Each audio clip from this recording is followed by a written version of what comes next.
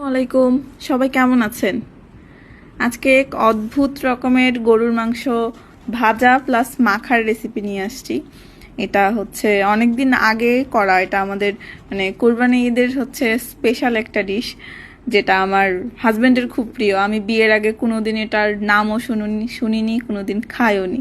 তো আসলে পৃথিবীর প্রত্যেকটা মানুষের টেস্টই আলাদা। আমাদের উচিত হচ্ছে সব মানুষের মানে টেস্টকে হচ্ছে রেসপেক্ট করা, যার যেটা ভালো লাগে সেটা খাক না, কোনো সমস্যা নেই। তো এটা হচ্ছে মাংসের পিসগুলোকে হচ্ছে খুব পাতলা করে কেটে কোনো মশলা ছাড়াই হচ্ছে যে এইভাবে তাওয়াতে হচ্ছে পোড়ায় নিতে হবে বেশ খানিকক্ষণ সময় নিয়ে, একদম হচ্ছে মানে কোনো তেল লবণ কিচ্ছু ছাড়া।